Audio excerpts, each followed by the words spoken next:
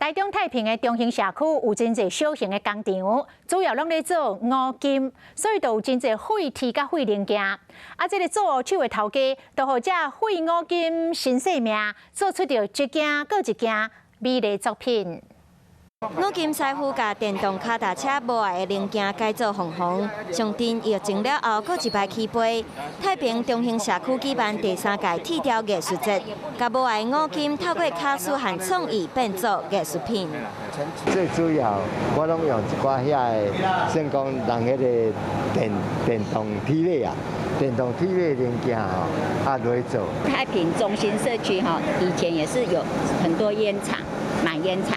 所以有人种烟叶，所以进展到现在的话是以工业为主，所以我设计了有烟寮，然后烟的烟苗这样做起来的。自2-3年前开始，介意铁雕艺术的五金师傅，把这五金变做真水的艺术创作，甚至阁加入在地特色，像粉楼、传统中式厝等等，或者物件会当有新的生命。利用我的一些废弃的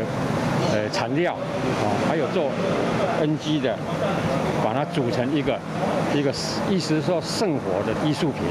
这五金师傅透过这作品，让中部地区主要五金产业的制造营销地有新的面貌，嘛变做铁工艺术的新生地。今年嘛加入在地学生的元素，希望会使继续传承这项文化艺术。